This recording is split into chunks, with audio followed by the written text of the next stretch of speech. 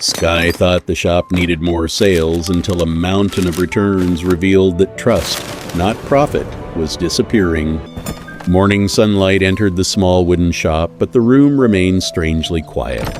Outside, the town moved with energy, while inside, unopened boxes and returned goods covered the counter.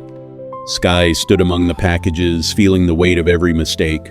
For months, the shop had focused on selling faster, lowering costs, and chasing numbers in the ledger. At first, the strategy appeared successful. Revenue rose, shelves emptied quickly, and Sky believed the business was finally growing. Then complaints began arriving. Some customers received damaged items, others felt ignored, and many discovered that the products no longer matched the promises made inside the shop. Sky placed the letters in a drawer without reading them carefully. It felt easier to prepare another sale than to face the disappointment written on each page. But now the store was empty, the boxes had returned, and the silence could no longer be ignored. Sky opened the first letter. A longtime customer explained that the shop once felt welcoming, honest, and dependable, but recent visits had felt rushed and impersonal. Another note described a product that broke after one day. A third customer wrote that nobody had listened when help was requested. Each message carried a different story, yet they all revealed the same truth. Sky had protected short-term profit while allowing quality, service, and trust to disappear. For a long moment, Sky sat behind the counter without moving. Blaming the customers would be easy, but it would not repair the damage. Real changes had to begin inside the shop and inside Sky. The first step was simple. Listen completely. Sky read every letter, marked every repeated concern, and wrote honest answers beside each complaint. Some replies required apologies, others required refunds, replacements, or a promise to correct information that had confused buyers. Sky signed every response personally, understanding that rebuilding trust could not be delegated to a cold notice or a polished advertisement. Next came the returned goods. Every item was inspected carefully, separating products that could be repaired from those that should never be sold again. Sky contacted suppliers, replaced weak materials, and removed anything that failed to meet the quality promised to customers. The discarded boxes became a visible reminder that every poor decision eventually returns to the person who made it. Then the shop itself began to change.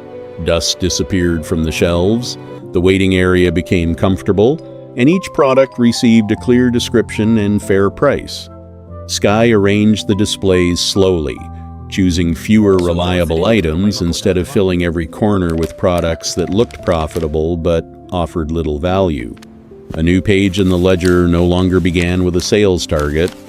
Instead, it listed 3 commitments: listen with patience, solve problems sincerely, and create value before asking for payment. The next morning, the door opened slowly. A former customer stepped inside carrying another damaged item and expecting the same excuses as before. Sky welcomed the visitor, listened without interruption, apologized clearly, and offered a fair replacement without blaming anyone. The customer's frustration softened. What began as a complaint became the first small bridge back toward trust. Before leaving, the customer paused and said that being heard mattered almost as much as receiving a replacement. Those words stayed with Sky throughout the day. Good service was not only about fixing products, it was about restoring a person's confidence that their experience mattered. Day after day, Sky repeated the same practice. Questions were answered honestly, products were checked carefully, and every concern was treated as important.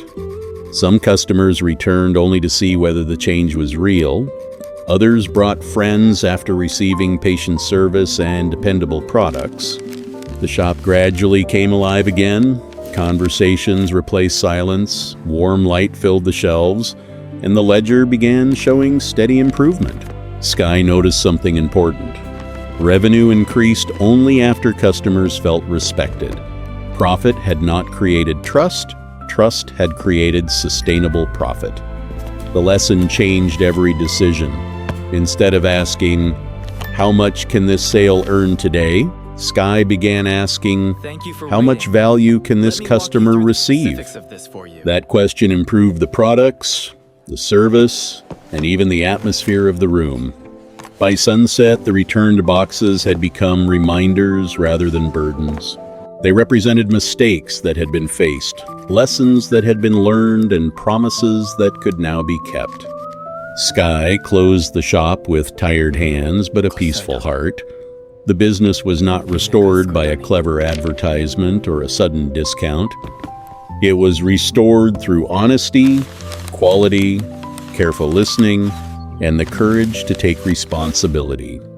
Under the quiet night sky, the wooden shop rested with new warmth inside, ready to welcome tomorrow's customers with something more valuable than a product: genuine respect.